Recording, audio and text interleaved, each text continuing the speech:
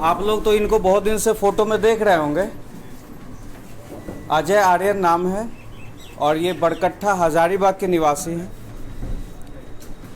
और Shri Ram college of commerce उनसे इनकी पढ़ाई हुई है और उपलब्धियां गिनाने के लिए बहुत हैं, लेकिन बहुत ज़्यादा उपलब्धियां गिनाऊंगा तो इनमें से बहुत ऐसे नॉर्मल बच्चे होंगे जो फ्रस्ट्रेट हो जाएंगे कि ऐसा लगता है कि ऐसे बैकग्राउंड वाले का ही जेपीएससी में होता है, लेकिन ऐसा भी नहीं है। इन्होंने बहुत स्ट्रगल किया है, यूपीएससी दिया, यूपी पीसीएस के मेंस तक पहुँचे और एक और कौन सा एग्ज़ाम दिया, एफ कैट का एग्ज़ाम दिया, जिसको इन्होंने छोड़ दिया। उसके बाद यूपीएससी की चाहत है, अभी भी देंगे ये एग्ज़ाम और जेपीएससी में 40th रैंक डिप्टी एसपी बने हैं। और रामाकृष्णा आईएएस एकेडमी से भैया ये टेस्ट सीरीज़ के लिए जुड़े थे। आप लोग जैसा कि सभी लोग इनका कॉपी देखते हो और टेस्ट सीरीज़ में इनका बड़ा शानदार परफॉर्मेंस होता था और एक बार इनकी कॉपी को देखकर मैंने इनको खुद कॉल किया था, है ना। फिर मैंने इनसे बात की कि भाई आप इतना अच्छा लिखते हो, बैकग्राउंड मुझे जानने का मन किया। एक्चुअली क्या था कि दिल्ली यूनिवर्सिटी वाला दिल्ली यूनिवर्सिटी को समझ सकता है, तो मैं समझ गया कि ये लड़का ज़रूर दिल्ली से पढ़ा है इसके कॉपी को देखकर। फिर मैंने इससे बड़ा कैजुअल भी बात किया। उसके बाद यहाँ के कुछ बच्चों से इसका इंट्रोडक्शन हुआ, वो लोग भी इनसे फ़ोन पे बात करने लगे। मुझे उम्मीद तो ये था कि ये टॉप 5 में रहेगा, मतलब जैसे मेरा गट फीलिंग बहुत हद तक सही हो जाता है। अगर किसी के बारे में बोल देता हूँ कि नहीं होगा तो नहीं भी होता है। एक एग्जाम्पल यहाँ बैठा हुआ है और किसी के बारे में ये सोचता हूँ कि टॉप 5 में होगा या टॉप 6, ऐसा हुआ है मेरे साथ जिसके बारे में सोचा हूँ, लेकिन दुर्भाग्य रहा 40 रैंक लाया। लेकिन ये जो चाहता था, जैसे इसका था कि डिप्टी एसपी बनना है, इसने अचीव किया। और आज आप लोगों के सामने इनसे मैंने रिक्वेस्ट किया कि प्रीलिम्स मेंस में जो भी इसका स्ट्रैटेजी रहा तो ही विल डिस्कस। और आगे भी, जैसा कि आपको पता है कि आंसर राइटिंग अजय का बहुत बढ़िया है, तो अजय जब भी हजारीबाग आसपास कहीं भी इसकी पोस्टिंग होती है, आंसर राइटिंग की क्लास मैं इससे अलग से आप लोगों के लिए करवाऊंगा, ठीक है। तो आंसर राइटिंग की क्लास हम लोग अजय को यूज़ करते रहेंगे, अजय आएंगे, आप लोगों को पढ़ाएंगे भी। और फिलहाल अभी हम लोग प्रीलिम्स और मेंस के लिए स्ट्रैटेजी डिस्कशन करेंगे, ठीक है। चलिए एक बार जोरदार ताली फिर से। ये माइक भी लगाना है, ये फ़ोन वाला है, इसको चेक। चलो ठीक है, थैंक यू सर।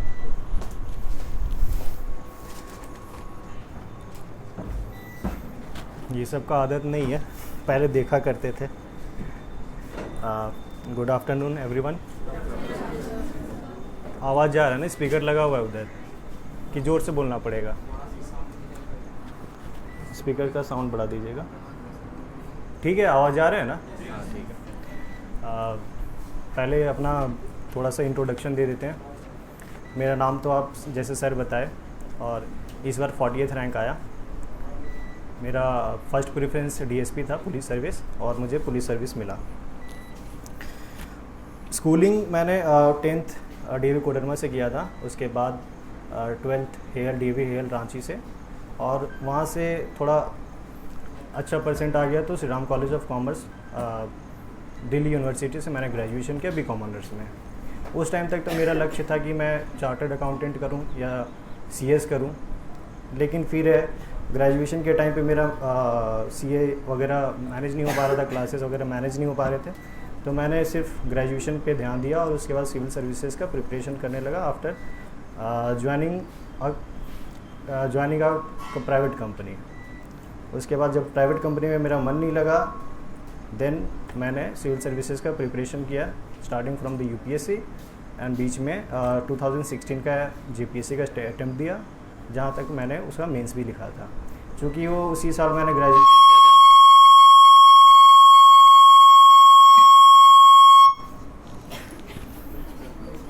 मेरा उसी हेलो, ठीक है, आवाज़ नहीं जा रहा शायद।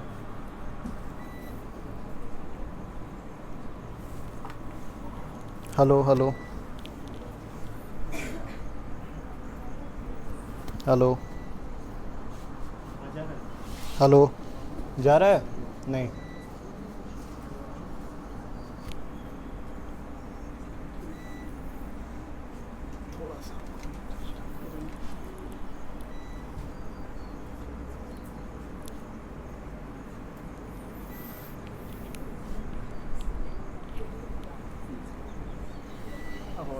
हेलो हेलो नहीं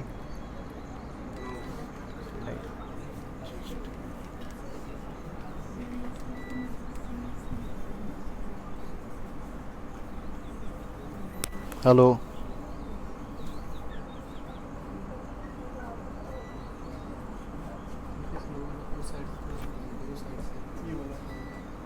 हेलो हेलो हेलो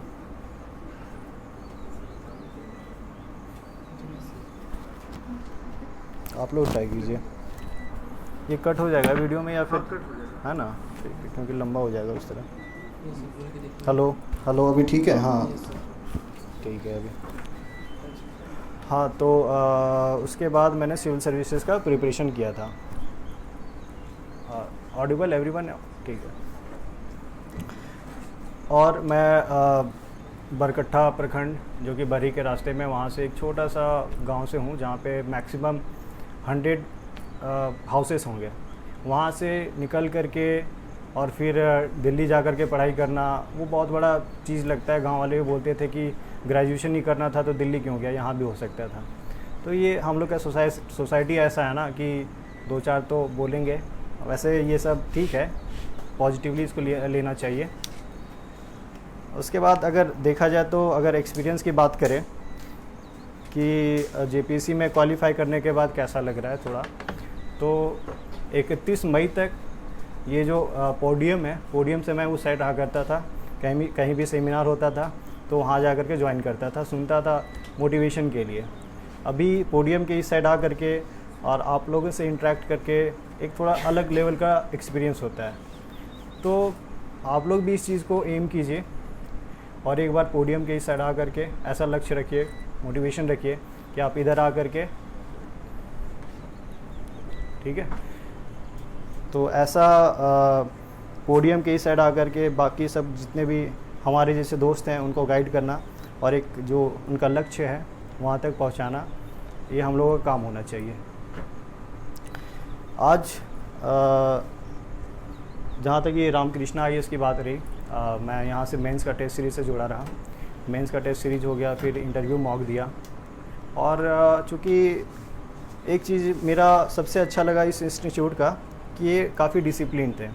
इन्होंने बोला कि 1 सप्ताह के अंदर हम 5 टेस्ट सीरीज़ करवाएंगे मेंस का, 1 सप्ताह और 10 दिन मैक्सिमम, और उसका रिज़ल्ट भी जारी करेंगे। तो उन्होंने ये कर दिया। बाकी कुछ इंस्टीट्यूट में है, ऐसा नहीं है कि सर बोले हैं, ये मेरा पर्सनल एक्सपीरियंस है। बाकी सब इंस्टीट्यूट में है। रांची में मैंने कुछ मॉक मेंस का टेस्ट सीरीज़ दिया था, तो वहाँ पे क्या है कि बोले कि हाँ ठीक है, आपका सारा टेस्ट ले लेंगे और रिव्यू करके देंगे। तो उन्होंने मैंने 4 टेस्ट दिया था, वैसे बात तो 8 टेस्ट की थी, 4 टेस्ट दिया और उसको भी 15 दिन के बाद चेक करके दे रहे हैं, रिव्यू करके दे रहे हैं। तो वो तो यूटिलिटी नहीं होता है ना, आदमी उतना दिन में भूल जाता है कि हाँ यार क्या लिखे हैं, क्या पता कैसे रिव्यू करेंगे। तो इस चीज़ मुझे मतलब रामकृष्णा IAS का अच्छा लगा।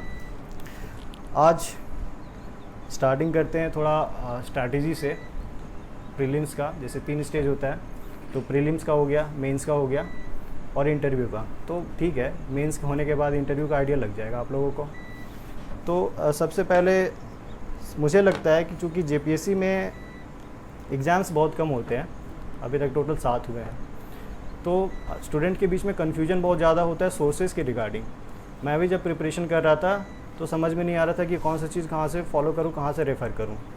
तो सबसे बड़ा चीज़ है कि सोर्सेस।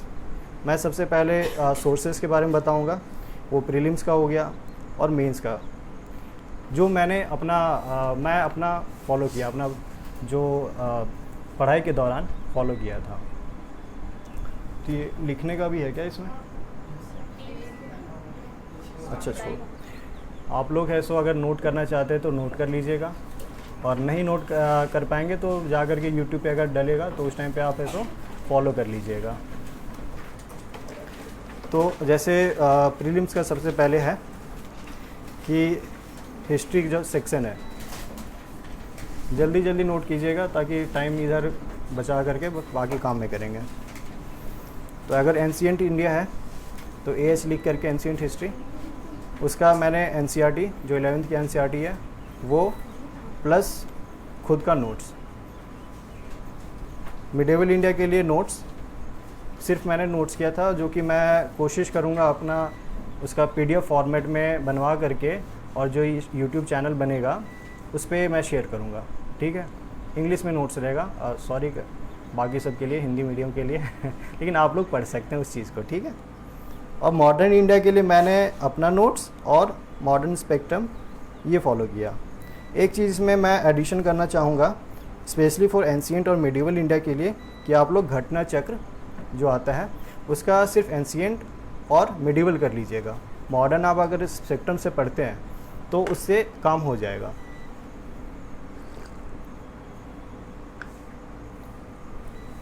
सेकंड है ज्योग्राफी। ज्योग्राफी मैंने 11th और 12th की NCERT की थी, जिसमें टोटल 4 बुक्स हैं। 4 बुक कर लीजिएगा, सफिशिएंट है, और इसके अलावा कुछ करने की ज़रूरत नहीं है। NCERT, और अगर हो सकता है तो इसमें है कि अगर हो सकता है तो किसी इंस्टीट्यूट का ज्योग्राफी का जो अगर प्रीलिम्स का क्वेश्चन रहता है, जैसे विजन IAS का हो गया, वो मतलब UPSC लेवल पे होता है, लेकिन हाँ आपको कॉन्सेप्ट है सो क्लियर करवा देगा। तो 1-2 टेस्ट ज्योग्राफी का विजन का उठा लीजिएगा, और बाकी ये चारों NCERT ज्योग्राफी के लिए पढ़ लीजिएगा जो NCERT है। थर्ड है Indian polity, governance and public administration. तो इंडियन पॉलिटी एंड गवर्नेंस के लिए सब जानते हैं कि M लक्ष्मीकांत है, ये तो माई बाप है हर चीज़ का, इससे बाहर क्वेश्चन आता ही नहीं है। लेकिन साथ में आप एक लक्ष्मीकांत का ऑब्जेक्टिव आता है जो हर एक चैप्टर्स के बाद ऑब्जेक्टिव करके आप सुने होंगे, अगर नहीं जानते हैं तो आप मार्केट में सर्च कीजिएगा, मिल जाएगा। लक्ष्मीकांत का ही ऑब्जेक्टिव है। तो हर चैप्टर, जैसे अगर फंडामेंटल राइट्स है तो फंडामेंटल राइट्स से रिगार्डिंग जितना भी क्वेश्चन है, ऑब्जेक्टिव क्वेश्चन है, जितना भी नहीं, एक लिमिटेड क्वेश्चन है जो कि M लक्ष्मीकांत की ही बुक में है, अलग से आपको बाय करना पड़ेगा। तो उससे आपको एक पढ़ते जाइए, चैप्टर पढ़ते जाइए, और आपका ऑब्जेक्टिव क्वेश्चन रिवीजन होते जाएगा। साथ में जैसे कि एक पिछले JPSC के PT में स्टेटमेंट बेस्ड क्वेश्चन आता था, तो स्टेटमेंट बेस्ड क्वेश्चन के लिए एक public administration and good governance M Laxmikanth का ही बुक आता है, जो कि ऑप्शनल जो लेते हैं पब्लिक एडमिनिस्ट्रेशन और पॉलिटिक्स जो लेते हैं UPSC, पॉलिटिकल साइंस, सॉरी, तो पॉलिटिकल साइंस जो UPSC में लेते हैं तो उसके ऑप्शनल में यूज़ होता है वो बुक। लेकिन ये इसमें इंटरनेट पे फ्रीली अवेलेबल है, तो आपका PDF डाउनलोड करके, और स्टार्टिंग का 3-4 पेज है जो कि पब्लिक एडमिनिस्ट्रेशन से रिलेटेड है। जितने भी थिंकर्स हैं और जितने भी बड़े बड़े फिलोसफर्स हैं, तो उन्होंने क्या बोला है पब्लिक एडमिनिस्ट्रेशन के रिगार्डिंग और गवर्नेंस के रिगार्डिंग, तो सारा का कोट्स दिया हुआ है। ये स्टार्टिंग का 10-12 पेज है। आप लोग को सुनाई दे रहा है ना? सबको सुनाई दे रहा है? ठीक है, आप कंफ्यूज नहीं है ना? ठीक है। तो मैंने इंडियन पॉलिटी एंड गवर्नेंस के लिए बताया कि एक M लक्ष्मीकांत का बुक है, उसी का ऑब्जेक्टिव है, और जो स्टेटमेंट बेस्ड क्वेश्चन है आप इसको इग्नोर भी कर सकते हैं, लेकिन अगर सफिशिएंट टाइम है, पढ़ने का टाइम है, तो आप इसका PDF अवेलेबल है इंटरनेट पे, उसको डाउनलोड करके, और मैं कोशिश करूँगा कि जो मेरा जो चैनल क्या जो YouTube वीडियो रहेगा उसके लिए नीचे में जितना भी अगर मेरी तरफ से जो पॉसिबल चीज़ है वो मैं प्रोवाइड कर दूँगा। इसके आगे जा कर के इकोनॉमिक्स और सस्टेनेबल डेवलपमेंट, जो कि सबसे टफ माना जाता है, इसके लिए 3 बुक हैं जो कि मैंने रेफ़र किया था, और चूँकि मेरा कॉमर्स बैकग्राउंड रहा है तो ज़्यादा मुझे दिक्कत नहीं होती है, मैं पढ़ाई किया था इकोनॉमिक्स का, लेकिन फिर भी इसमें सजेस्ट करूँगा 11th की NCERT, 12th की NCERT, और एक रमेश सिंह की बुक आती है, ठीक है। ये 3 बुक सफिशिएंट है। 5वां है साइंस एंड टेक्नोलॉजी। पहला जो है उसमें जो जनरल साइंस है, तो जनरल साइंस के लिए अगर आप लूसेंट पढ़े हुए हैं तो बस लूसेंट आप है सो पढ़े रखिएगा, उसी को बार बार रिवीजन करना है। और फिर उसका घटना चक्र का बुक, जैसे इसमें टोटल 15 क्वेश्चन हैं, 15 × 2 30 क्वेश्चन। ये बहुत बड़ा गेम प्लेयर है साइंस एंड टेक्नोलॉजी। अगर इसमें आप घटना चक्र कर लेते हैं तो 15 में से 13 सही हो जाएगा। तो आप लोग इसका घटना चक्र कर लीजिएगा, क्योंकि ये स्टेट PCS में घटना चक्र इंपॉर्टेंट है, बहुत कोई नाम नहीं लेते हैं, लेकिन मैं फ्रीली बोल रहा हूँ कि इसका आप कर लीजिए, साइंस के लिए स्पेशली कर लीजिएगा। इसमें एग्रीकल्चर एंड टेक्नोलॉजिकल डेवलपमेंट है जिसमें भी 6 क्वेश्चन है। ये घटना चक्र में मिल जाएगा। और थर्ड टॉपिक है आईसीटी। आईसीटी वो भी घटना चक्र में एक चैप्टर दिया हुआ है जिसमें 300 क्वेश्चंस के राउंड है। आप उसको कर लीजिएगा तो जितना भी क्वेश्चंस है वो अटेम्प्ट हो जाएगा प्रीलिम्स में आपका। ये मैंने अपने लिए जो किया था मैं बस वही हूबहू आपको बता रहा हूँ, ठीक है। उसके बाद नेशनल इंटरनेशनल करंट अफेयर्स है, हाँ करंट अफेयर्स है, जो कि मैंने एडिटोरिया के लिए किया था। बट एक भी मुझे लगता है कि एक भी क्वेश्चन करंट अफेयर्स से आया नहीं था, एक्सेप्ट वो नेशनल ह्यूमन राइट्स कमीशन का चेयरमैन को रिगार्डिंग, वो भी थोड़ा आउटडेटेड था। तो लेकिन हाँ इस बार तो पूछेगा क्योंकि सिलेबस में दिया हुआ है। और पिछला बार बहुत बार डिले हो गया था, प्रोसेस हो गया था कि अब होगा, फिर डिले हो गया, फिर अब होगा, तो इसके वजह से करंट अफेयर्स नहीं पूछा था। लेकिन इस बार अगर डेट देता है तो आप लोग कर लीजिएगा। कोई भी एक टॉप इंस्टीट्यूट का मैगजीन उठाइएगा। ओह सॉरी, आदत नहीं है ना हाँ तो किसी भी इंस्टीट्यूट का मैगजीन उठाइएगा। मैंने एडिटोरिया के लिए किया, एडिटोरिया का किया था, चूँकि वो स्टेट पीसीएस पे ज़्यादा फोकस्ड रहता है, तो एडिटोरिया का आप लोग कर लीजिएगा। उसका मुझे क्वालिटी अच्छा लगा प्रीलिम्स के करंट अफेयर्स के रिगार्डिंग। हाँ हाँ, जैसे कि अभी ये मई में ख़त्म हो गया जेपीसी का सारा प्रोसेस, तो अगर ये इसी साल होता है तो आप लोग 1 साल का कर लीजिए, सफिशिएंट है। वैसे तो 6 से 7 महीना सफिशिएंट होता है, लेकिन आप रिस्क क्यों लीजिएगा? आप जिस चीज़ के लिए इतना मेहनत कर रहे हैं तो 2-3 महीना का और एक्स्ट्रा कर लीजिए।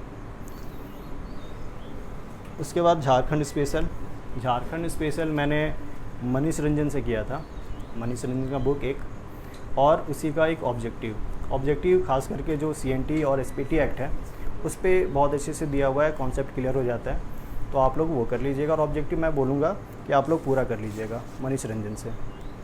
उसमें क्या है कि around 50 to 60 question Manish Ranjan जो ऑब्जेक्टिव है उससे आ जाएगा। 50 क्वेश्चन तो मिनिमम रहेगा, बाकी 30 क्वेश्चन ऐसे रहेंगे जो आप एनालिसिस करके आंसर उसका कर सकते हैं, सही हो गलत हो अलग बात हो। लेकिन बाकी जो 20 क्वेश्चन हैं वो बियॉन्ड द सिलेबस रहता है, किसी का वो रहता नहीं है कि हाँ मैं कर ही लूँगा, 100% श्योर नहीं रहते उस चीज़ को लेकर के। तो आप ये कर लीजिएगा झारखंड के लिए। बाकी बहुत सारे मिसलेनियस टॉपिक्स हैं जिसमें ह्यूमन राइट्स आता है, इन्वायरमेंट आता है। ह्यूमन राइट्स के लिए लक्ष्मीकांत में एक चैप्टर दिया हुआ है, प्लस आप है सो विकीपीडिया से सर्च कीजिएगा ह्यूमन राइट्स, ठीक है, जिसमें जितना भी उसमें कमेटी बना हुआ है, जो भी कन्वेंशंस हुए हैं, सब कुछ उसमें आ जाता है विकीपीडिया में सर्च करने के बाद। और एक कॉन्सेप्ट के लिए आप लक्ष्मीकांत का बुक रेफ़र कर लीजिएगा, उसमें ह्यूमन राइट्स का एक चैप्टर दिया हुआ है एचआरसी और स्टेट ह्यूमन राइट्स कमीशन के बारे में। इन्वायरमेंट के लिए चूँकि मैं यूपीएससी का प्रिपरेशन कर रहा था तो इन्वायरमेंट का नोट्स मेरे पास था। नीरज नचिकेता सर हैं, एक आईआईटी मुंबई के प्रोफेसर हैं, मैंने उनसे पढ़ा था, लेकिन उनका जो बुक है वो बिना उनके पढ़ाए या बिना उनके क्लासेस आप लोगों को समझ में नहीं आएगा। तो इससे अच्छा रहेगा कि आप शंकर आईएएस को फॉलो करें, ठीक है। इन्वायरमेंट के लिए शंकर आईएएस हो गया, उसका हिंदी इंग्लिश दोनों में आता है। फिर एक तीसरा टॉपिक अर्बनाइजेशन के लिए आप ज्योग्राफी का जो बुक है उसमें एक चैप्टर दिया हुआ है अर्बनाइजेशन, वो कीजिएगा, प्लस विकीपीडिया पे सर्च कीजिएगा। थर्ड चीज़ है, क्योंकि ये इंपॉर्टेंट टॉपिक है, इससे क्वेश्चन आ जाता है। थर्ड चीज़ है इसमें अर्बनाइजेशन यूपीएससी, ये आप नेट पे डालिएगा तो दृष्टि आईएएस का एक बहुत अच्छा आर्टिकल ये सब दिया हुआ रहता है, और या फॉरम आईएएस का दिया हुआ रहता है, तो आप उसको फॉलो कर लीजिएगा। और पढ़ते समय एक इंपॉर्टेंट रखना है कि जैसे अर्बनाइजेशन टॉपिक लिख करके 3-4 पेज का जितना भी नोट्स है आप बना करके उसी को रिविज़न करते रहें। चौथा टॉपिक है स्पोर्ट्स, वो करंट अफेयर्स में कवर हो जाएगा, इसके लिए अलग से मेहनत करने की ज़रूरत नहीं है। पाँचवा है डिजास्टर मैनेजमेंट, मुझे लगता है कि इसमें कम से कम 5 से 6 क्वेश्चंस आते हैं। तो डिजास्टर मैनेजमेंट आप एक लक्ष्मीकांत का एक चैप्टर है।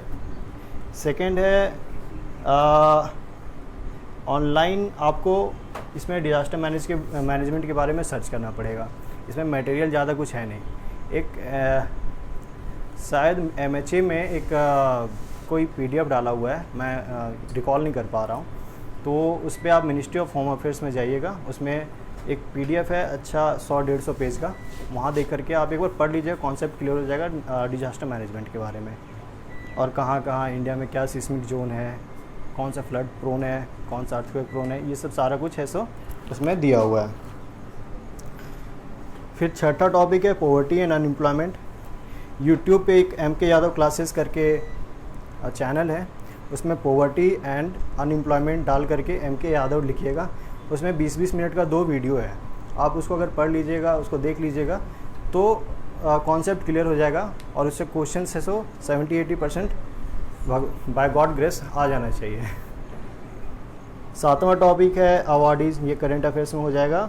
और यूनाइटेड नेशन के बारे में आप सिर्फ है सो विकीपीडिया पे जाइएगा, विकीपीडिया पे अच्छे से दिया हुआ है सारा 18, 15, 16 जितना भी इंस्टीट्यूट्स हैं उसके बारे में अच्छे से दिया हुआ है। आप है सो उसका खुद से नोट्स बनाइए, एक एक इंस्टीट्यूट का बनाइए और करंट अफेयर्स से लिंक कीजिए उसको। अगर करंट अफेयर्स में कुछ आता है तो आप उसको ऐड कर दीजिएगा, ठीक है।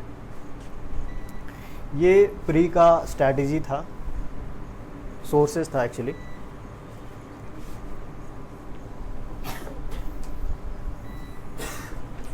उसके बाद थोड़ा मेंस का, जैसे कि सिर्फ प्री का पढ़ नहीं सकते हैं आदमी, थोड़ा अभी से टाइम मिला हुआ है तो मेंस का भी साथ में पढ़ाई करना चाहिए। आप है सो जो भी आपका रूटीन है, अगर मान लीजिए कि 8 घंटे आप पढ़ते हैं तो 2 घंटे आप प्री का पढ़िए, 3 घंटे मेंस का पढ़िए, 5 घंटे हो गए। 1 से 1.5 घंटा है सो जो आप पढ़े हैं ना, अगर मान लीजिए आज पढ़ रहे हैं तो कल जो पढ़े हैं उसी का रिवीजन कीजिए। मुझे लगता है कि अभी जो 2016 मैंने ग्रेजुएशन किया, उसके बाद अभी 2022 हो गया है। अगर मुझे ये फार्मूला पता रहता ना कि रिवीजन इतना इंपॉर्टेंट रहता है तो मुझे इतना टाइम नहीं लगता, इसलिए मैं अभी बता रहा हूँ ताकि आप लोगों को टाइम ना लगे। रिवीजन पढ़ाई से ज़्यादा इंपॉर्टेंट है। अगर आप एक पेज पढ़ रहे हैं, एक चैप्टर पढ़ रहे हैं, जब तक उसका रिवीजन नहीं कीजिएगा तब तक आपको कुछ नहीं हासिल होगा, कुछ नहीं मिलेगा। तो रिवीजन बहुत इंपॉर्टेंट है, आप रिवीजन कर लीजिएगा। कोई भी चीज़ पढ़ रहे हैं, कोई भी, अगर जैसे कि पॉवर्टी एंड अनएम्प्लॉयमेंट वाला चीज़ है, टॉपिक है, तो आप अगर एक दिन यूट्यूब पे उसका क्लास किए हैं, अगले दिन है सो एक बार तो साथ में ही पढ़ लेना है, अगले दिन है सो उसको तुरंत है सो रिवीजन करना है। एक बहुत बड़ा इशू होता है कि मेंस के पेपर में लैंग्वेज का पेपर का सिलेक्शन कैसे किया जाए। तो मेरा इंटायर एजुकेशन अगर देखा जाए तो DAV से हुआ है, फिर SRCC से हुआ, उसके बाद मैंने सारा मीडियम ऑफ कम्युनिकेशन या फिर मीडियम ऑफ राइटिंग मेरा इंग्लिश रहा है। उसके बावजूद मैंने खोटा का लैंग्वेज पेपर लिया क्योंकि जो इंग्लिश का जो टॉपिक है, इंग्लिश का जो सिलेबस है वो काफ़ी लेंदी है। मुझे लगता है कि जैसे हजारीबाग के स्टूडेंट हैं उनको 3 चीज़ में दिक्कत हो सकता है, 3 सब्जेक्ट्स में कन्फ्यूजन हो सकता है। एक तो इंग्लिश हो सकता है, सेकेंड है हिंदी है, तीसरा खोटा है। तो हम पर्सनली बता रहे हैं कि हम खोटा लिए हुए हैं, मुझे दिक्कत ज़्यादा नहीं हुआ। एक क्लासेस हम BN ओदार सर का रामकृष्ण IAS से ही लिए थे। तो BN ओदार सर का क्लास ले करके उनका जो नोट्स है, नोट्स को मैंने कम से कम नहीं तो 6 से 7 बार रिवीजन किया। पढ़ाई तो अलग है, सारा कुछ मुझे कविता, गीत जो भी हैं मुझे कंठस्थ याद हो गया था। तो आप है उसको 15 से 20 दिन में 150 मतलब 150 मार्क्स का होता है, आप इजीली इसको 100 मार्क्स स्कोर कर सकते हैं। ये मैंने प्लस पॉइंट बताया खोटा का। बाकी आप लोग इंटेलिजेंट हैं, खुद है सो कर लीजिएगा। इंग्लिश भी ठीक है, इस बार अच्छा स्कोर आया इंग्लिश में।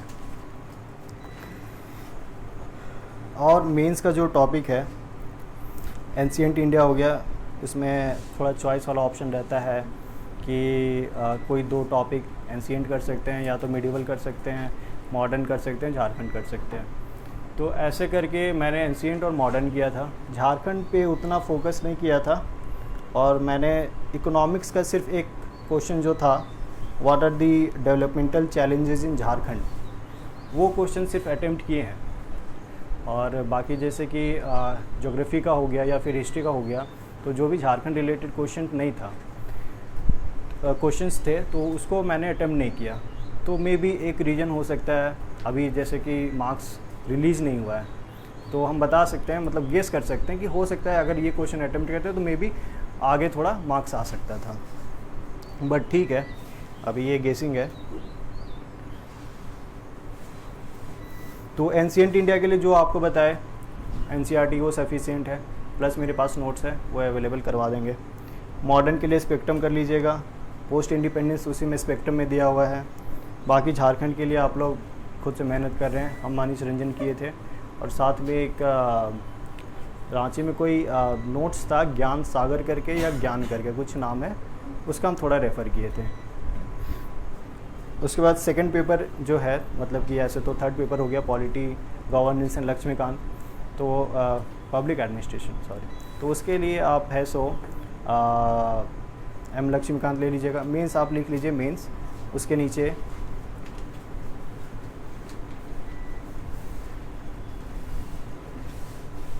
काफ़ी फास्ट शायद हो रहा था तो आप लोग शायद मिस कर गए, लिख लिए ना, ठीक है। तो मेंस का जो पहला पेपर है लैंग्वेज वाला, वो मतलब क्वालिफाइंग वाला, उसको छोड़ करके सेकंड पेपर से बात करते हैं, तो आप वो खुद से डिसाइड कर लीजिएगा। वैसे हम पर्सनली रिकमेंड करेंगे कि अगर कोई खोटा में ठीक ठाक है तो खोटा ले लीजिएगा। मुझे नहीं आता था, मैं ठीक है, मुझे पता है, बोलना आता है और समझ भी लेते हैं, लेकिन कुछ कभी पढ़ाई नहीं किए थे। सबसे बड़ा दिक्कत हो रहा था उसको लिखने में, लेकिन जब भी पढ़ते थे तो हम लिख लिख के प्रैक्टिस करते थे, उससे लिखना भी आ गया। और 2 घंटे में वहाँ 3 घंटे में जो पेपर होता है तो उसमें आदमी इतना ज़्यादा प्रेशराइज रहता है ना कि लिख देता है, अच्छे से लिख देता है। तो आप लोग कोठा ले सकते हैं। थर्ड पेपर है हिस्ट्री और ज्योग्राफी का। तो हिस्ट्री में आप एनसीईआरटी के लिए एनसीईआरटी कर लीजिएगा और मेरा नोट्स रहेगा। फिर मॉडर्न के लिए स्पेक्ट्रम काफ़ी है, मोर देन सफिशिएंट। और झारखंड के लिए मनीष रंजन और एक किसी इंस्टीट्यूट का नोट्स ले लीजिएगा। मेडिवल करना हो तो मेडिवल आप लोगों पे डिपेंड करता है, मैंने नहीं किया था इसलिए मैं बता नहीं रहा हूँ इसके बारे में। और ज्योग्राफी के लिए 3-4 एनसीईआरटी काफ़ी है, उसी में सारा कुछ दिया हुआ है, अच्छे से दिया हुआ है पेज नंबर के साथ। आप लोग सबसे पहले एक सिलेबस डाउनलोड कर लीजिएगा या फिर प्रिंट आउट करवा लीजिएगा, मार्केट से उसको ले लीजिएगा। जो भी आप पढ़ते हैं, फॉर एग्जांपल साइक्लोन्स, जहाँ से पढ़ रहे हैं साइक्लोन्स के बगल में लिख लीजिए for example page number 112 NCERT. इससे क्या होगा कि आप अगर कभी भी अगला बार आपको साइक्लोन्स पढ़ना है ना, तो डायरेक्ट 112 नंबर पे जाइएगा। जो भी आप पढ़ रहे हैं, चाहे वो पॉलिटी हो, हिस्ट्री हो, ज्योग्राफी हो, सिलेबस में आप लिख लीजिएगा।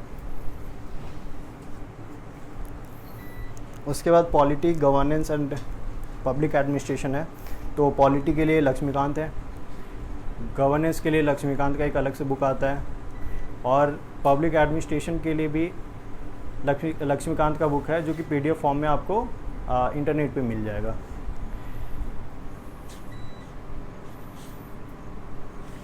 थर्ड पेपर है मतलब कि ऐसे तो इकोनॉमिक्स एंड सस्टेनेबल डेवलपमेंट जो है, मुझे लगता है कि ऐसा हिंदी मीडियम या फिर इंग्लिश मीडियम को भी ये काफ़ी टफ पेपर लगता है। लेकिन थोड़ा सा क्या है ना कि अगर कंसेप्ट आप समझ लेते हैं तो इकोनॉमिक्स बहुत स्कोरिंग सब्जेक्ट है।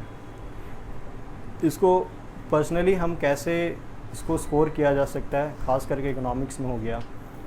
हिस्ट्री में तो सब कोई पारंपरिक रहते हैं, अब सब इंटेलिजेंट रहते हैं।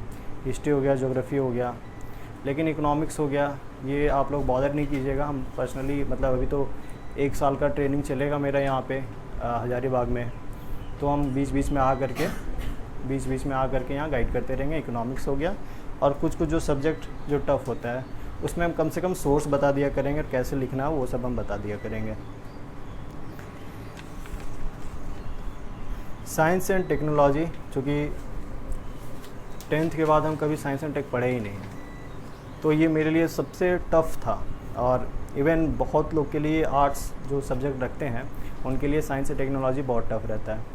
तो जो पहला इसका है फिज़िकल साइंस, तो इसका मैंने किया था, एक नोट्स है ज्ञान सागर, उसमें उसके साथ में जैसे पहला टॉपिक है फिज़िकल मेजरमेंट ऑफ यूनिट्स करके कुछ चैप्टर है, मेजरमेंट ऑफ यूनिट्स करके है, तो उसका है। सो मैंने किया था वो नोट्स, जो नोट्स था प्लस इंटरनेट से वो टॉपिक खोज करके उसमें वैल्यू एडिशन, क्योंकि नोट्स सफिशिएंट नहीं होता है। अगर आप नोट्स लिख के चले जाते हैं, वो नोट्स को लगभग मान लीजिए कि 100 स्टूडेंट है सो कॉपी कर रहे हैं, 100 स्टूडेंट एक जैसा लिखेंगे तो 100 को तो एक जैसा मार्क्स मिलेगा, आप एज कैसे लीजिएगा, तो एडिशन करना पड़ेगा ना, तो उसमें आप एडिशन करिएगा।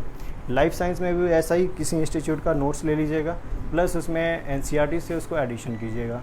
जैसे फॉर एग्जांपल बायोडाइवर्सिटी का चैप्टर है, तो बायोडाइवर्सिटी में क्लास 9th का जो एक चैप्टर है उसमें ठीक है आप लोग देख लीजिएगा, एक क्लास 9th का एक चैप्टर है बायोडाइवर्सिटी करके, तो उसमें बहुत अच्छे से डायग्राम ये सब दिया हुआ है। अगर वैसा क्वेश्चन आ जाता है एग्ज़ाम में और आप अगर NCERT का डायग्राम उसमें छापते हैं तो जो चेकिंग करने वाला रहेगा उसको लगेगा हाँ ये लड़का या लड़की जो भी है नॉलेज वाला है, इसको अच्छे से आता है, आप लोग ऐसा मतलब वो एक्स्ट्रा मार्क्स दे सकता है। एग्रीकल्चर साइंस है, सेम वही है, इसका प्रॉपर कोई मार्केट में सोर्स नहीं रहता है, तो आप किसी इंस्टीट्यूट का नोट्स ले लीजिएगा। और फिर इन्वायरमेंट के लिए आप लोग शंकर आइस हो गया, साइंस एंड टेक के लिए इंस्टीट्यूट का नोट्स ले लीजिएगा। और मेरा जो नोट्स है हम कोशिश करेंगे कि आप लोग को अवेलेबल करवा दें, कम से कम आप देख के या फिर उसको स्कैन करके रख लें, फिर मैं वापस ले लूँगा। आपने कहाँ से किया था एग्रीकल्चर साइंस का ज्ञान सागर का एक नोट्स है। ये ज्ञान सागर से? हाँ रांची वाला? हाँ, रांची का कोई एक मटेरियल मैंने उठाया था वहाँ पे, लेकिन वो सफिशिएंट नहीं है। और सबसे इम्पॉर्टेंट चीज़ है ना कि इसमें मैंने झारखंड का जो इकोनॉमिक सर्वे है, एक एक टॉपिक उसको ऐड किया था, जिससे सॉइल कंजर्वेशन से रिलेटेड कुछ आ रहा है। तो सॉइल कंजर्वेशन से जितना भी स्कीम्स है झारखंड में, या फिर ऑर्गेनिक फार्मिंग से रिलेटेड है, तो इकोनॉमिक सर्वे ना आपको झारखंड का इकॉनमी है उसके लिए अलग से कुछ करना नहीं होगा। झारखंड इकॉनमी जो इकोनॉमिक के अंदर एक टॉपिक है, उसके लिए आप सारा की सारा इकोनॉमिक सर्वे ऑफ झारखंड से कर सकते हैं, ठीक है। बाकी इंटरव्यू का एक्सपीरियंस जहाँ तक बात रहा, तो मेंस आप लिखेंगे, इंटरव्यू प्री क्वालिफाई करेंगे, फिर मेंस लिखेंगे, तब तक आपको आइडिया हो जाएगा कि इंटरव्यू में क्या पूछता है, कैसे पूछता है। मतलब इतने सारे टॉपर्स जो इंटरव्यू दे रहे हैं तो उनको आपको आइडिया हो जाएगा। जहाँ तक मेरा बात रहा तो अनिमा हंसदा मैम के बोर्ड में पढ़ा था, और कुछ क्वेश्चन मुझे जहाँ तक याद है तो जाते ही मेरे से पूछा गया कि आप कौन सा पोस्ट प्रेफरेंस डाले हुए हैं, तो सारा ये इंग्लिश में चल रहा था। तो मैंने बोला कि पुलिस सर्विसेज। तो एक सर बैठे हुए थे, तो बोलते कि क्या ये सब क्या पुलिस में ख़ास है, जिसको देख रहे हैं वो पुलिस सर्विसेज में आना चाह रहा है, तो ऐसा क्या खास है आप बताइए। तो ये मतलब एक प्रेशराइज करने का तरीका हो गया।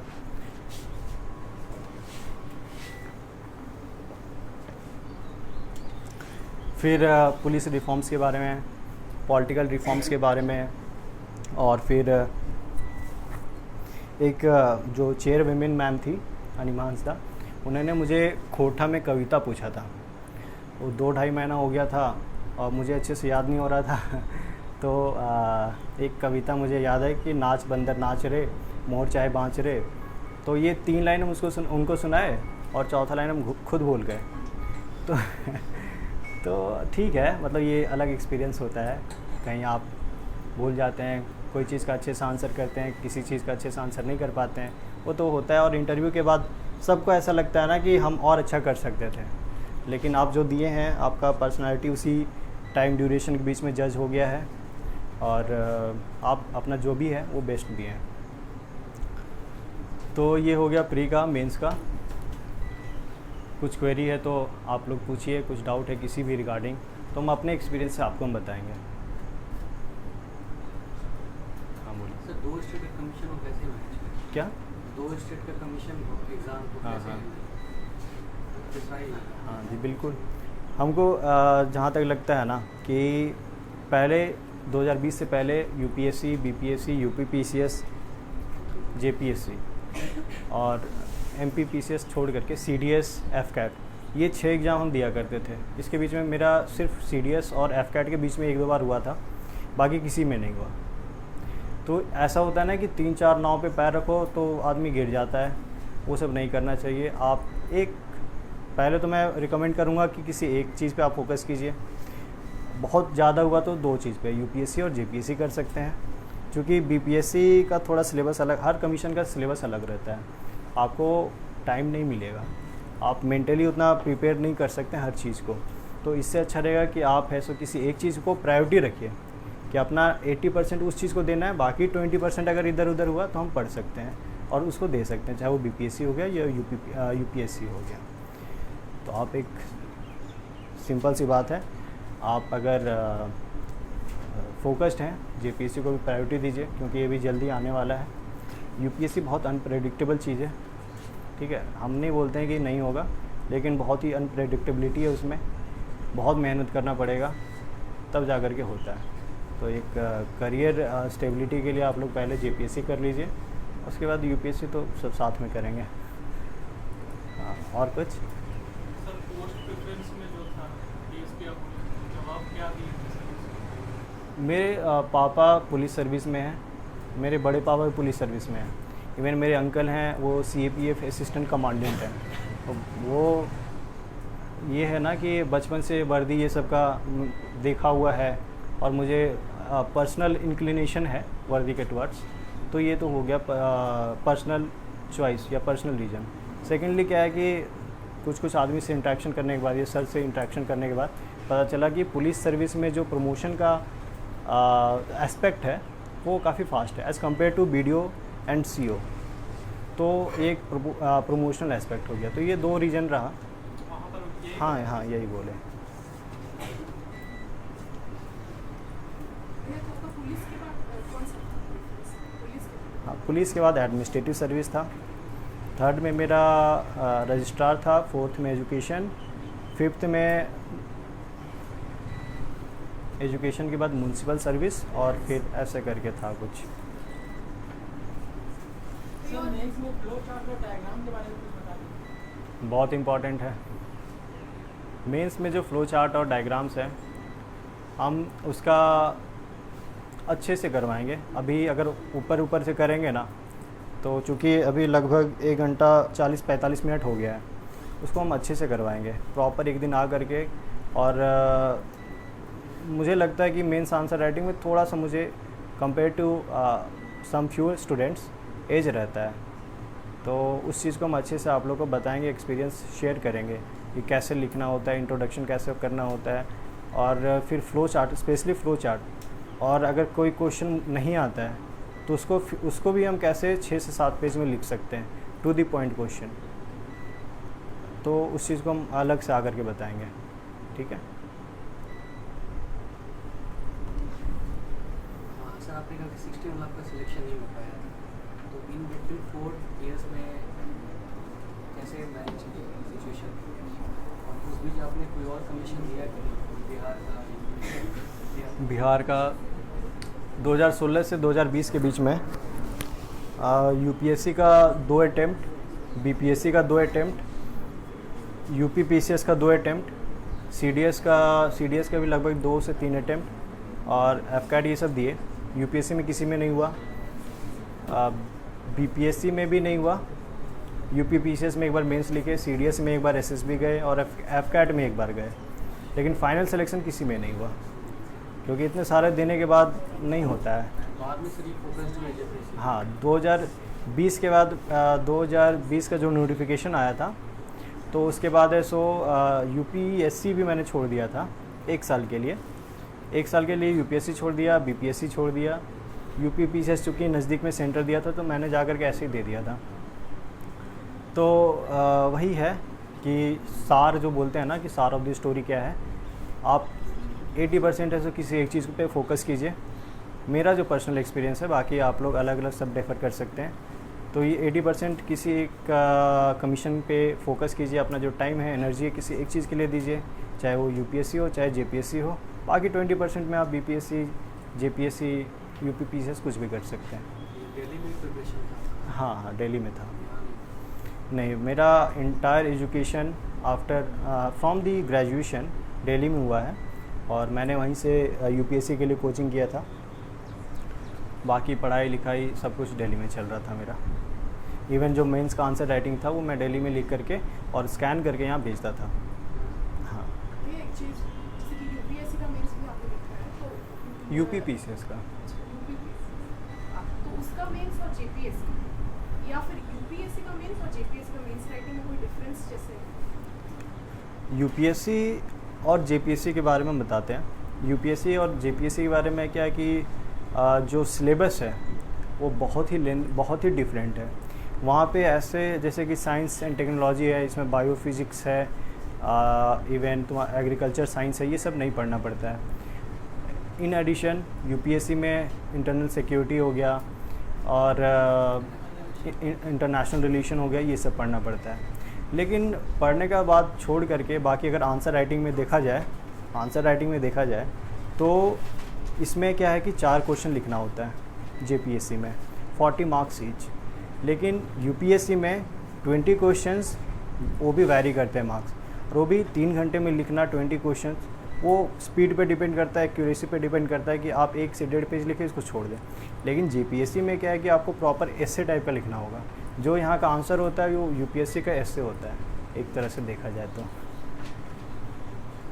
मतलब पेज मैटर करता है, पेज काउंट इसमें जरूर जीपीएससी में। हाँ, मुझे लगता है कि पेज तो मैटर करता है। कहाँ से कितना पेज तक गया था एग्जाम? एग्ज़ाम में एक से क्वेश्चन मेरा डिपेंड करता है स्टार्टिंग का, जैसे कि एंशिएंट हिस्ट्री का इंडस वैली सिविलाइजेशन पे क्वेश्चन आया था, तो उसमें उसके रिगार्डिंग मेरे पास कंटेंट बहुत था, तो मैं लगता है कि 45 मिनट्स उसी के बारे में लिखता गया और लगभग 15 पेज हो गया था आईवीसी के बारे में। अब देखें कि अगर 15 से 4 क्वेश्चन लिखते हैं 15 तो 60 पेज हो जाएगा।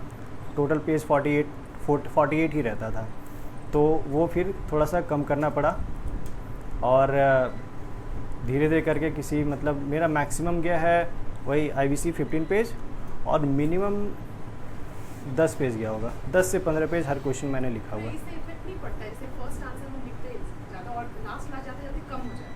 हाँ, देखिए कम, उसके चलते तो फिर उससे इफेक्ट पड़ेगा। जैसे देखिए, पेपर चेक हो रहा है, हाँ, तो फर्स्ट आंसर तो सब अच्छा से लिखता ही है, तो उसमें हो सकता है टाइम चला जाता है। लास्ट में हड़बड़ी में क्या होता है कि कम, तो उससे फिर क्या फ़र्क पड़ेगा? देखिए अगर जैसे मैंने बताया कि पहला आंसर मैंने 15 पेज लिखा और अगर सेकेंड और लास्ट का आंसर अगर मैं 6 से 7 लिखता हूँ तो ऑब्वियसली इफेक्ट पड़ेगा। लेकिन अगर लास्ट भी अगर 10 पेज तक लिखते हैं, ठीक है, तो ज़्यादा फ़र्क नहीं पड़ेगा। तो बाकी का क्वेश्चन जितना भी 3 क्वेश्चन बचा मेरा, तो उसका 10 से 12 करके मैनेज कर लिया, तो ज़्यादा फ़र्क नहीं पड़ता है। लेकिन आप ड्रास्टिकली रिड्यूस करेंगे, 15 से 6 आ जाएंगे या 7 आ जाएंगे, तो हाफ हो गया ना, तो कम मार्क्स मिल सकता है।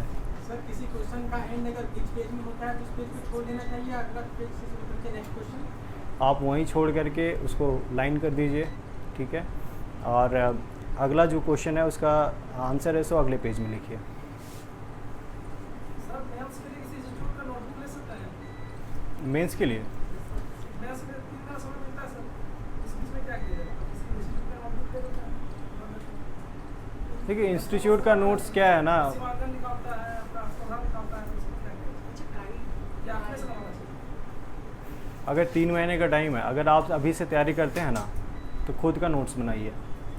अभी से लेकर के पीटी में मान लीजिए 4 महीना 5 महीना टाइम लगेगा, उसके बाद पीटी के बाद आपको 3 से 4 महीना टाइम देगा, तो 8 महीने हैं। 8 महीने अभी से आप अगर मेंस का नोट्स बनाते हैं, प्रॉपर नोट्स नहीं बोल रहे हैं, जैसे मान लीजिए कि इन्फ्लेशन से क्वेश्चन आ रहा है या इन्फ्लेशन टॉपिक है, तो इन्फ्लेशन आप जहाँ से पढ़ रहे हैं, फॉर एग्जांपल रमेश सिंह से पढ़ रहे हैं, अगर रमेश सिंह आपके पास है, वहाँ से पढ़ रहे हैं, तो वहाँ का नोट्स मत बनाइए।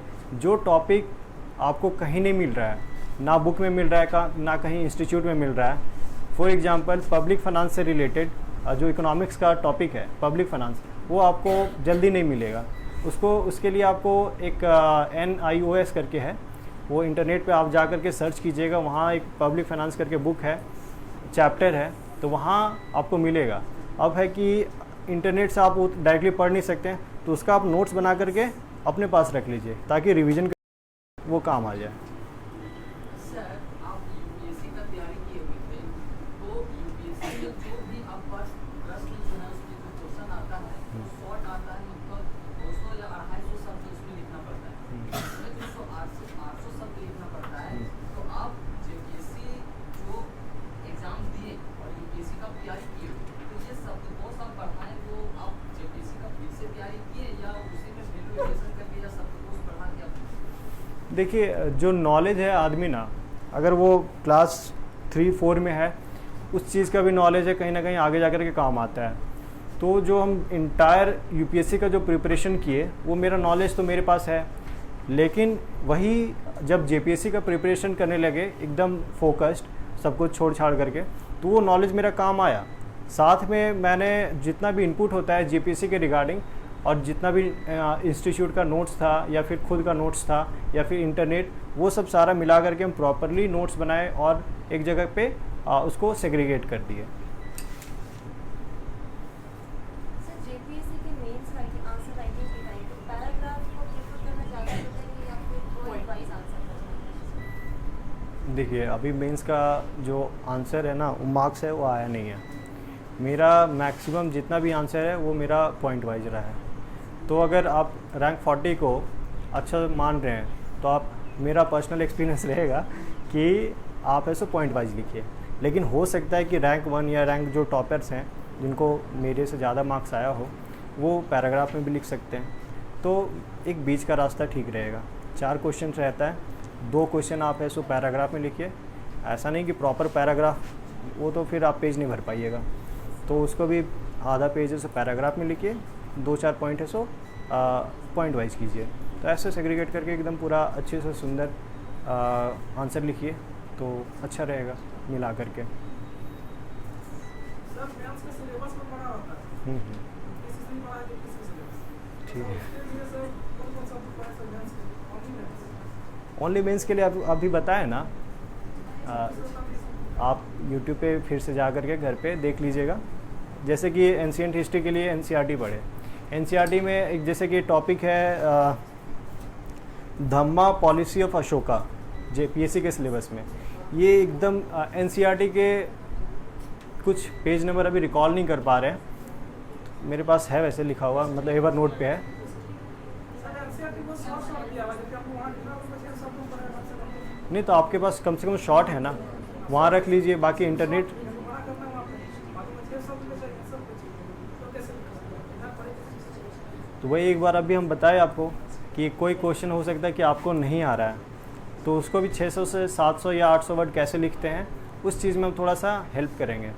तो कम से कम आपके पास अभी जैसे धम्मा पॉलिसी ऑफ अशोका बताए, तो उसमें जो भी 4-5 पॉलिसी है, फॉरेन पॉलिसी है या फिर धम्म घोषा है, जिसके भी रिगार्डिंग है, उनका जो क्या बोलते हैं रॉक एडिक्ट हुआ, वो भी तो एक धम्म पॉलिसी हो गया, कैसे स्प्रेड कर रहे हैं। तो उस चीज़ को हम कैसे थोड़ा सा लंबा करें और टू दी पॉइंट रखें, वो आने वाले टाइम पे हम बताएंगे आपको। वैसे कम से कम क्या है ना कि आप एक एक टॉपिक का 2 पेज आंसर लिख लीजिए। 2 पेज से 5 पेज या 6 पेज कैसे करते हैं वो हम आ करके बताएंगे, और वो भी अच्छा वाला, ऐसा नहीं कि कुछ भी लिख देंगे। जेपीएससी का जो हिस्ट्री पेपर है उसमें हाँ। सिलेक्शन किसका करें, एंशिएंट का, मीडिएवल का, मॉडर्न का, मेंस के लिए इसको सेलेक्ट करना ठीक रहेगा कंटेंट के साथ?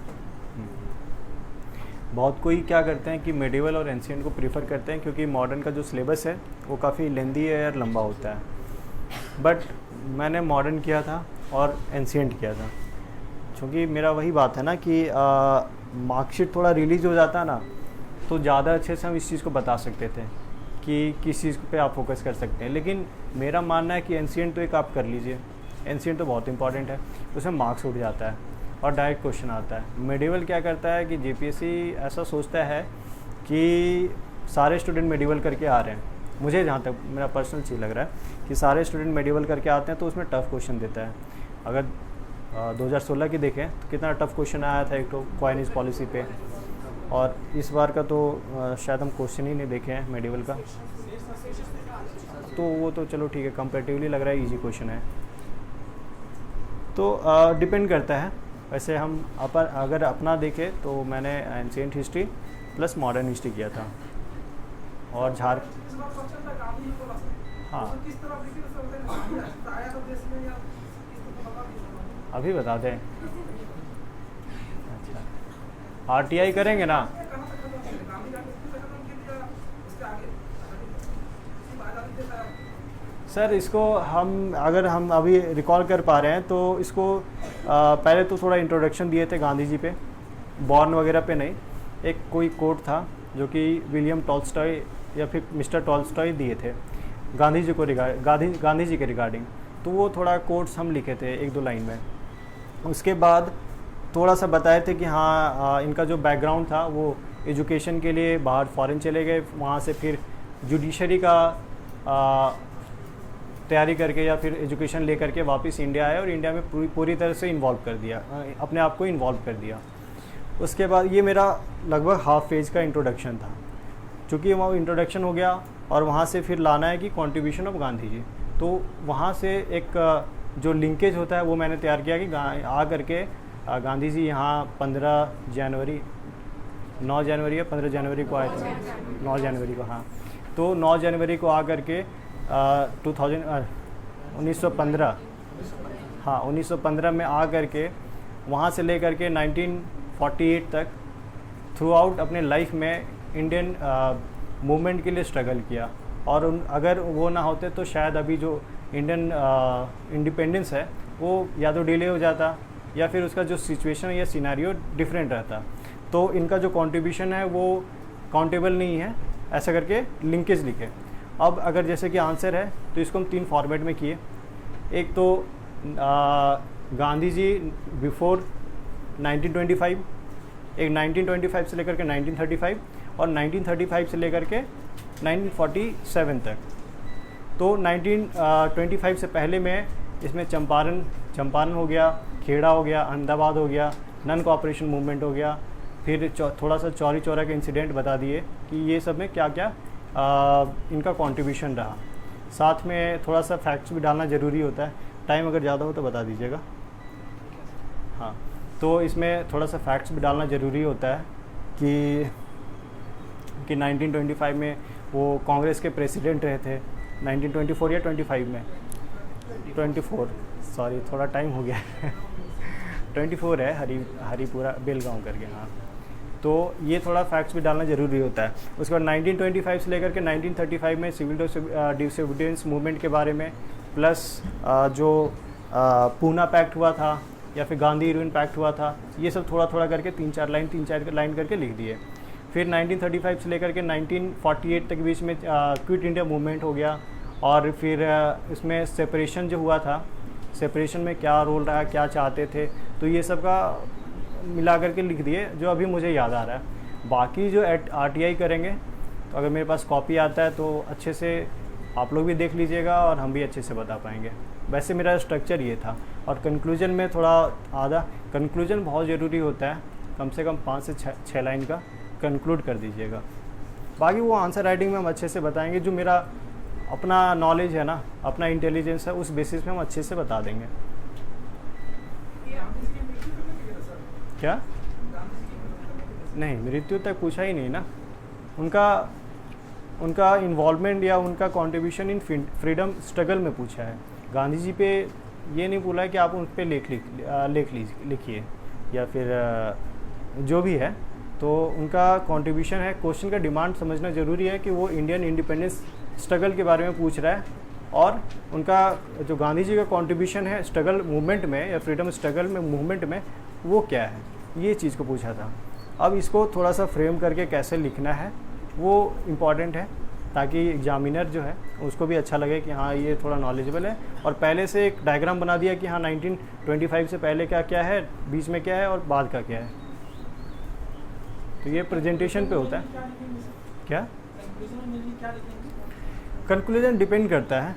अगर मान लीजिए फूड सिक्योरिटी पे आ गया क्वेश्चन, तो पहले तो अगर मान लीजिए ग्लोबल हंगर इंडेक्स का आप स्टार्टिंग में देते हैं डेटा वगैरह या फैक्ट्स वगैरह, तो मेरा हिसाब रहता है ना कि एक कंक्लूजन में भी हम एक डेटा डालें, ताकि नहीं होता है कि खाने के बाद एक डेजर्ट वाला चीज़ होता है कि आदमी वहाँ तक पहुँचे, अच्छा यहाँ भी डेटा है, चलो 1 नंबर एक्स्ट्रा देते हैं इसको। तो अगर हम GHI इंट्रोडक्शन में डाल रहे हैं तो फिर अगर नीति आयोग का कोई रिपोर्ट है तो उसका अगर माल न्यूट्रिशन क्या है, कितना है, या फिर जो अंडरवेट होता है, स्टंटिंग होता है, तो वो हम लास्ट में लिख के ऐसे लिखेंगे कि हाँ प्रॉब्लम तो बहुत था, ऐसा करके शॉर्ट में बता रहे हैं कि प्रॉब्लम्स तो बहुत था, लेकिन इंडिया ऐसो फूड सिक्योरिटी की तरफ मूव कर रहा है, इंडिया ऐसो फूड सिक्योरिटी की तरफ मूव कर रहा है, लेकिन अभी भी बहुत सारे प्रॉब्लम्स हैं। लेटेस्ट नीति आयोग के रिपोर्ट के अनुसार ये प्रॉब्लम है, लेकिन इसमें भी काफ़ी सुधार किया जा सकता है। और इसमें भी अगर मान लीजिए कि कोई डेटा है जिसमें इम्प्रूवमेंट हुआ है रैंक का, तो वो डेटा डाल देंगे कि WHO के अनुसार इंडिया का जो पहले का GHI था वो इतना था और अभी इतना हो गया, मतलब मान लीजिए कि 101 था अभी 97 हो गया फॉर एग्जांपल। तो मतलब कि इंडिया एक प्रोग्रेस है, प्रोग्रेसिव स्टेट में है और आगे आने वाले दिनों में ये एक तरह से अच्छा सिचुएशन हो जाएगा फ्यूचर के लिए। भैया एक क्वेश्चन, जैसे कि क्वेश्चन है क्रिटिकली एग्जाम में, वो स्टार्ट अगर हम नेगेटिव पॉइंट्स कुछ देते हैं जैसे आलोचना या वगैरह, लास्ट में फिर उसको कॉन्स को मतलब कैसे मैनेज करना, फिर लास्ट में उसको पॉजिटिव बता देना, मतलब फिर मतलब मैनेज लास्ट कैसे करना, ओवरऑल कंक्लूजन क्रिटिकली एनालाइज करना है। आप क्या बोले कि क्रिटिकली एनालाइज करना है? उसको कैसे देखें क्वेश्चन। क्रिटिकली एनालाइज में जहाँ तक अगर यूपीएससी का पैटर्न देखा जाए ना, तो उसमें पॉजिटिव और नेगेटिव्स गिनाते हैं। क्योंकि वो 20 नंबर का क्वेश्चन रहता है या फिर 15 नंबर का क्वेश्चन रहता है, 1 से 1.5 पेज लिखना रहता है, तो पॉजिटिव में हम 3 से 4 पॉइंट करते हैं और नेगेटिव में 3 से 4 पॉइंट लिखते हैं। लेकिन इसमें उतना नहीं होगा, इतना क्रिटिकली एनालाइज बहुत छोटा क्वेश्चन नहीं रहेगा। फिर भी अगर प्रोस और कॉन्स जैसे लिखते हैं, हाँ, हाँ, पॉजिटिव हाँ। नेगेटिव, फिर लास्ट में मतलब मैनेज करते हैं कि डिस्पाइट ऑफ ऑल हाँ, शॉर्टकमिंग्स पे हाँ, हाँ, हाँ। मतलब मैनेज कर लेना, उसको लास्ट में पॉजिटिव ही। हाँ, पॉजिटिव एकदम पॉजिटिव माइंडसेट रखना है कि इंडिया है। सो मान लीजिए इसी पे फूड सिक्योरिटी का जो हम बात किए, तो उसमें भी है ना कि लास्ट में हम बताया कि आपको बहुत सारा प्रॉब्लम्स है, लेकिन इंडिया है सो प्रोग्रेसिव स्टेट पे है, फ्यूचर में ये अच्छे जगह पे पहुंच जाएगा। तो ऐसे करके अच्छे नोट पे ख़त्म करना है। सर ये जो सोर्सेज बताए हैं, तो सपोज एंशिएंट और ये मॉडर्न का स्पेक्ट्रम और एक खुद का नोट, तो खुद का नोट्स आप उसी से ड्राइव करके बनाते थे या कोई और रिसोर्सेज? नहीं सर, हम एक कोचिंग किए थे यूपीएससी का, तो उसका नोट्स है, और वो जो नोट्स है वो स्पेक्ट्रम और एनसीईआरटी दोनों का मिक्स टाइप में है। हम शेयर कर देंगे आपको, ठीक है, पीडीएफ बना करके शेयर कर देंगे सब। ज्योग्राफी का सारा सेक्शन है क्योंकि उसमें भी चूज किए ज्योग्राफी में जैसे नहीं सारा सेक्शन नहीं, हम 2 सेक्शन करते थे और एक बैकअप के लिए तीसरा सेक्शन करते थे, ताकि अगर कोई सेक्शन में शेरसा वो 2016 वाला क्वेश्चन जैसा ना आ जाए, अगर आ जाता है तो कैसे उसको स्किप करके दूसरा चीज़ में चले जाए। तो अगर हिस्ट्री की बात किया जाए तो हम एंशिएंट हिस्ट्री, मॉडर्न इंडिया और साथ में झारखंड कर लिए थे, मेडिवल नहीं किए थे। उसी तरह ज्योग्राफी का है, तो उसका जो सेक्शन बी है और सी कर लिए थे। बाकी जो सेक्शन ए है फिज़िकल फीचर्स के रिगार्डिंग है, वो सब है। सो बैकअप में हाँ, अगर मान लीजिए कि नहीं आता है क्वेश्चन, तो हम साइक्लोन पे 5-6 पेज तो लिख ही देंगे, या फिर अर्थक्वेक पे लिख दे, या फिर इंटीरियर ऑफ अर्थ के बारे में वो सब लिख देंगे। तो वो लग रहा था कि नहीं, इससे क्वेश्चन नहीं छूटेगा। सर मेंस का ऑब्जेक्टिव क्या है? कौन सा है? क्या मेंस का ऑब्जेक्टिव? मेंस का ऑब्जेक्टिव क्या था सर? हाँ, इसके लिए कौन सा? आप प्री पास कर गए हैं तो मेंस के ऑब्जेक्टिव के लिए टेंशन नहीं लेना है। आप अगर मेंस का जो पढ़ाई कर रहे हैं ना, उसी में आ जाएगा। सर जीरोग्राफी का क्वेश्चन था सर, आपके मानसून का यहाँ मोस्टली का प्रभाव बताइए, ऐसे कुछ क्वेश्चन था। हाँ हाँ हाँ, सर मानसून के बारे में क्या कि भाग के वनस्पति के बारे में दोनों अलग है, वनस्पति अलग चीज़ है और आपका मानसून अलग चीज़ है। आप लिखे किसमें थे, मानसून में या वनस्पति? देखिए प्रॉपरली क्वेश्चन अगर मेरे पास दिला दिया अभी है क्वेश्चन आपके पास, नेट पे तो मिल जाएगा। हाँ, नहीं, हमको वो पता है, वेग आइडिया है, लेकिन प्रॉपर क्वेश्चन रहे ना तो उस अच्छे से हम बता पाएंगे।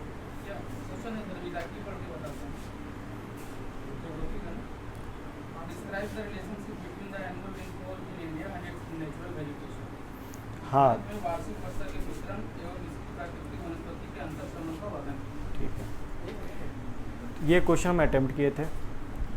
तो इसमें क्या है कि जो एनुअल रेनफॉल है या फिर रेनफॉल का जो पैटर्न है, वो इंडिया के जो वेजिटेशन है उसको कैसे इफ़ेक्ट करता है। तो एक तरह से देखा जाए तो अगर वेजिटेशन का आपको पता है कि यहाँ पे एवरग्रीन फॉरेस्ट कहाँ पे मिलता है, फिर डेसिडुअस फॉरेस्ट कहाँ मिलता है, मॉइस्ट डेसिडुअस फॉरेस्ट कहाँ मिलता है, ड्राई डेसिडुअस फॉरेस्ट कहाँ मिलता है, डेजर्ट टाइप ऑफ क्लाइमेट कहाँ मिलता है। तो बस ये सब लिखना है और वहाँ पे इम्पोर्टेंस ये शो करना है कि यहाँ पे जो वेजिटेशन है वो चूँकि रेनफॉल पे ही डिपेंडेंट है। अब मान लीजिए कि रेन फॉरेस्ट है, नॉर्थ ईस्ट में हो गया या फिर वेस्टर्न घाट पे हो गया, यहाँ का जो एनुअल रेनफॉल है बहुत ज़्यादा है, जिसके वजह से यहाँ पे एवरग्रीन फॉरेस्ट मिलता है। यही कॉन्ट्रास्टिंग अगर देखा जाए तो जो राजस्थान में डेजर्ट टाइप ऑफ क्लाइमेट है या फिर वहाँ जो डेजर्ट टाइप ऑफ वेजिटेशन है, वहाँ पे क्या सीन है कि लेस देन 50 सेंटीमीटर या लेस देन 50 सेंटीमीटर का रेनफॉल होता है, जिसकी वजह से वेजिटेशन जो वहाँ पे प्लांट्स हैं, प्लांट्स हैं उनको प्रॉपरली रेन वाटर नहीं मिल पाता है, जिसकी वजह से वो ग्रो नहीं कर पाते। तो एक तरह से लिंकेज शो करना है दोनों के बीच में। और साथ में आप इसको ऐड कर दीजिए कि यहाँ पे ये टाइप के प्लांट्स मिलते हैं या फिर फ्लोरा एंड फौना मिलते हैं। फौना पे ज़्यादा नहीं करना है, फ्लोरा पे कौन कौन से प्लांट्स मिलते हैं, क्योंकि ये वेजिटेशन का बात कर रहा है, तो वैसे करके लिंक करना है। इसमें डायग्राम इम्पॉर्टेंट है थोड़ा सा। अगर मान लीजिए कि हिमालयन टाइप का जो क्लाइमेट है वहाँ पे भी है, सो हिमालय जो है नीचे में देखते हैं कि रेन फॉरेस्ट मिलता है, फिर जैसे जैसे अल्टीट्यूड पे चढ़ते हैं वैसे वैसे ऐसे उसका जो प्लांट्स का हाइट है या फिर डेंसिटी वो कम होते जाता है। तो इस चीज़ को आप डायग्राम शो कर सकते थे, कैसे एक रेनफॉल वेजिटेशन को इफ़ेक्ट करता है, ये लिंकेज शो करना जरूरी था। पॉलिटी में एक आर्टिकल 19 से क्वेश्चन पूछा गया था। हाँ, बहुत टफ, वो वो बहुत टफ क्वेश्चन था, बहुत आदमी को लगा। क्या उसमें लिख सकते थे, कुछ आइडिया है? देखिए, अगर मुझे उसके बारे में आइडिया रहता ना तो मैं उसको अटेम्प्ट करता, है ना। बहुत टफ क्वेश्चन था। आर्टिकल 19, वो भी किसी एक सेक्शन पे जा करके आप 40 नंबर का क्वेश्चन, मान लीजिए मिनिमम 6 पेज, उसको नहीं लिख सकते हैं। और वो भी एकदम क्या बोले, हमको लगता है ना पूरा मेंस का सबसे टफ क्वेश्चन देखा जाए तो वही क्वेश्चन था। सर रिगार्डिंग इन्वायरमेंट, तो आप बता रहे थे कुछ आईटी का कोई प्रोफेसर, हाँ, तो एनपीटीईएल पे अवेलेबल होगा, उसका बुक पढ़े थे, उसका वीडियो या वो फिजिकली क्लास स्टार्ट? जैसे जो इंस्टीट्यूट में हम क्लास किए थे यूपीएससी के लिए, तो वहीं आकर के वो पढ़ाते थे, तो उनका तो नोट्स मेरे पास है, प्लस उनका बुक भी पब्लिश हुआ है, नीरज नचिकेता करके नाम है इन्वायरमेंट का। तो वो वाला फिर है कि चूँकि आईआईटी मुंबई से हैं और उनका जो लैंग्वेज है काफ़ी टफ है, लेकिन एक खासियत उस बुक में ये है कि जैसे झारखंड में सिलेबस है, टॉपिक है एक इन्वायरमेंट प्रोटेक्शन एक्ट करके, तो जो भी एक्ट है टू दी पॉइंट आपको वहाँ पे 1.5 से 2 पेज में मिल जाएगा।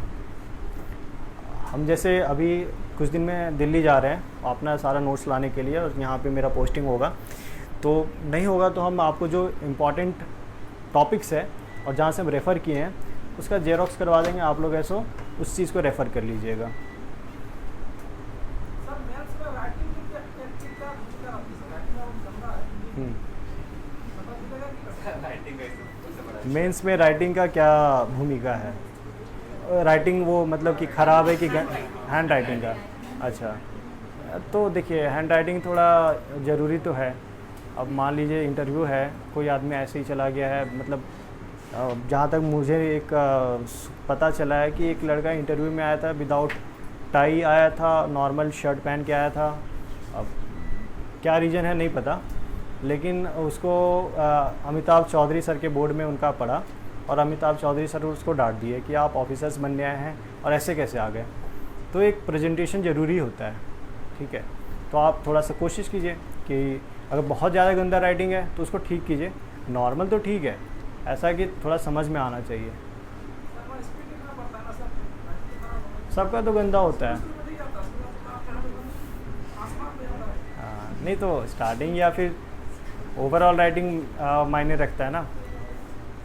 जैसे स्टार्टिंग में तो सबको अच्छे से सुंदर सुंदर से लिखता है, लेकिन लास्ट में जाते जाते वो डॉक्टर वाला राइटिंग हो जाता है। तो वैसा नहीं करना है, थोड़ा समझ में आना चाहिए। नहीं होता है तो आप 1 पेज कम लिखिए, लेकिन राइटिंग थोड़ा इम्पॉर्टेंट है, ज़रूरी है। नहीं होता है तो आप इंग्लिश वाला जो बचपन में हम लोग लिखा करते थे ना, किसी का भी राइटिंग बहुत गंदा हो तो उसके लिए सजेस्ट करें, तो हम थोड़ा सा ये किए भी थे 1 सप्ताह के लिए।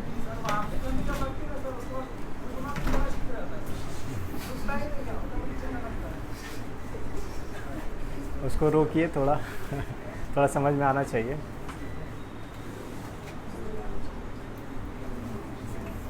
बाकी जैसे डिमोटिवेट नहीं होना है, ठीक है, मेहनत करते रहना, एक डेस्टिनेशन है वहाँ पे क्या। हाँ, जैसे इंटरव्यू जो आपका हुआ उसमें आप जो कितना क्वेश्चन में सॉरी बोले या फिर नहीं बोले, आपको सब आता है, कितना क्वेश्चन में आप सॉरी बोले होंगे, कैसा आपका सेटिस्फैक्शन रहा आपके लिए सेटिस्फैक्टरी था? हाँ हाँ, नहीं वही बात है ना कि इंटरव्यू के बाद ना सेटिस्फैक्शन नहीं मिलता है 100%, लगता है कि बेटर और हो सकता है, इससे और बेटर हो सकता है। तो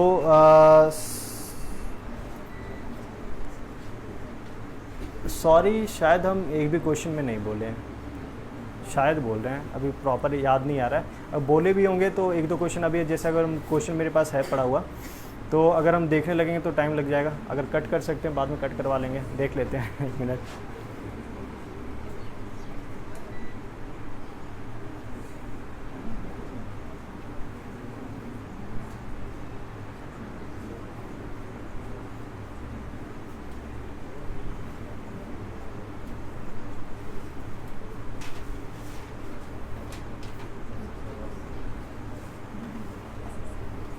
जैसे मेरे से पहला क्वेश्चन पूछा गया था कि आपने 10th कहाँ से किया है, फिर ग्रेजुएशन कहाँ से किया है, ग्रेजुएशन से लेकर के अभी तक जो गैप है उसको एक्सप्लेन कीजिए। उसके बाद चौथे मेंबर ने पूछा कि वाई डीएसपी, सब है सो डीएसपी चाहते हैं, ऐसा क्यों। उसके बाद 5वां क्वेश्चन था कि what is the highest post in police services, तो ये डीजीपी होते हैं। फिर 6 क्वेश्चन था कि हॉबीज़ से रिलेटेड क्वेश्चन था। फिर नेक्स्ट क्वेश्चन था कि आईपीएल तो मुझे लगता है कि खेल कम तमाशा ज़्यादा है, आपका ओपिनियन क्या है। फिर 8वां क्वेश्चन था कि आईपीएल है सो कैसे इंडिया को वर्ल्ड कप में हेल्प करेगा या फिर प्रिपरेशन में कैसे हेल्प करेगा। तो आपको हॉबी क्रिकेट? हाँ, मेरा 2-3 हॉबी था, तो एक क्रिकेट है, मेडिटेशन भी करते हैं, और फिर एक और क्या था बोल रहे हैं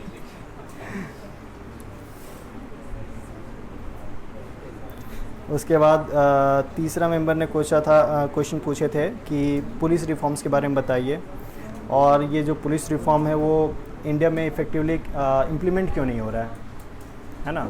मतलब पुलिस रिफॉर्म्स तो कब से चला आ रहा है, 1947 से मान लीजिए, या फिर उससे पहले प्री इंडिपेंडेंस से मान लीजिए पुलिस रिफॉर्म्स हो रहा है, तो अभी तक क्या रीजंस रहा है जो प्रॉपरली है सो इम्प्लीमेंट नहीं हुआ है।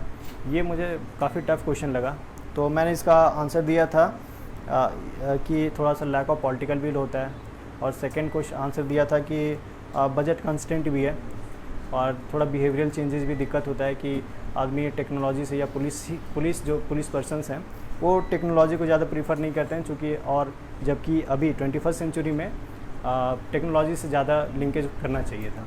तो ये सब रीज़न है। 12वां क्वेश्चन था कि पॉलिटिकल रिफॉर्म्स के बारे में। उसके बाद आप है सो अगर आते हैं तो प्रायोरिटी रिफॉर्म्स क्या रहेगा, स्टेप्स क्या रहेगा जो आप पोस्ट करने के बाद, मतलब पोस्टिंग होने के बाद आप कीजिएगा। फिर चेयरवुमेन है सो चेयरवुमेन मैम क्वेश्चन पूछती है कि आपका लैंग्वेज पेपर क्या था। फिर खोटा बोलना आता है, आपके घर में कौन कौन खोटा बोलते हैं, और फिर रचनाकार का नाम, एक कविता सुनाओ, और ये थोड़ा सा खोटा में कॉन्वर्सेशन होने लगा कि अब मैं क्वेश्चन पूछूंगी तो वो खोटा में आप आंसर कीजिएगा। तो ये चला, मेरा 15 मिनट का क्वेश्चन चला था, सेटिस्फैक्ट्री था ओवरऑल। सॉरी, किसी ऐसा क्वेश्चन है ना कि सब सिचुएशन बेस्ड था, तो सॉरी तो बोल ही नहीं सकते।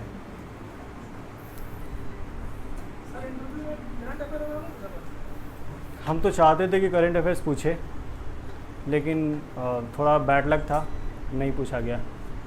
बाकी सब मेंबर से, बाकी सब स्टूडेंट से करंट अफेयर्स पूछा गया था। कुछ फैक्चुअल बेस्ड भी क्वेश्चन था। वो तो इंटरव्यू तो काफ़ी लेट का स्टेज है, आप लोग वहाँ आते आते खुद सीख जाइएगा। मेंस का आंसर लिखिएगा ना तो उस टाइम समझ में आ जाना है कि कैसे बोला जाता है, ना ज़्यादा एक्सट्रीम इधर होना है ना इधर होना है, बीच का कैसे रास्ता अपनाते हैं। ठीक है, ये वीडियो काफ़ी लंबा हो जाएगा, नहीं होता है तो वीडियो एंड करके हम लोग डिस्कशन कर सकते हैं।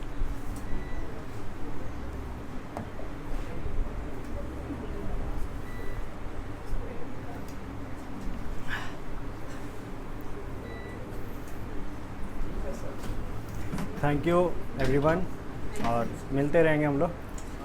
ठीक है।